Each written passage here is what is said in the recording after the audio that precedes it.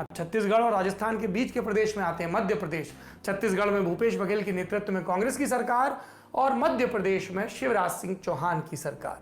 सितंबर 2018 में शिवराज सरकार ने मध्य प्रदेश शिक्षक पात्रता परीक्षा का आयोजन किया था। इससे पहले की परीक्षा के नतीजे आते सरकार बदल गई, नतीजे लटक गए।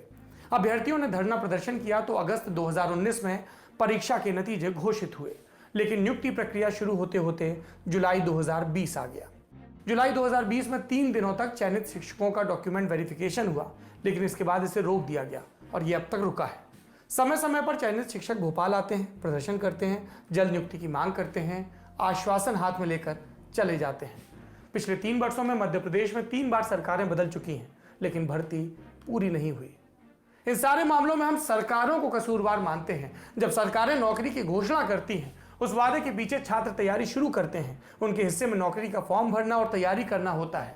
लेकिन अब बहुत कुछ करना पड़ता है, संगठन बनाने पड़ते हैं, प्रदर्शन करना पड़ता है सरकारों को याद दिलाने के लिए कि उसने नौकरी निकाली थी।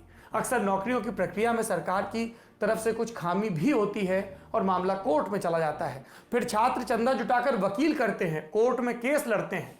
हम ये समझते हैं कि नौकरियां सिर्फ सरकारी नहीं होती, निजी सेक्टर में ज्यादा हैं। ये बात दुरुस्त है। ये भी दुरुस्त है कि हम रोजगार हासिल करने के लिए प्रयास करने के अतिरिक्त रोजगार पैदा करने की कोशिश भी करें। लेकिन अगर यही सब है तो सरकार फिर नौकरियां निकालती ही क्यों है? सरकार को भी तो लोगों की जरूरत है, और जब जरूरत है तो उस जरूरत को पूरा करने के लिए जिम्मेदारी से काम क्यों नहीं होता?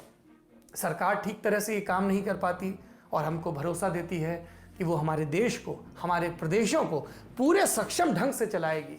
आप बताइए, एक सरकार के लिए ठीक ढंग से एक एग्जाम कराना और भर्ती की प्रक्रिया को पूरा करना इतना मुश्किल है क्या?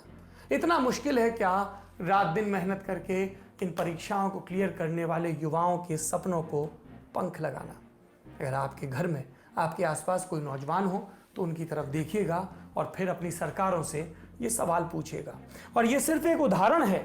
जिस राज्य में आप दाखिल हो, जिस पार्टी की सरकार हो, वहां पर आपको इस तरह की समस्याएं मिल जाएंगी। इसलिए कहता हूं, समस्याएं हैं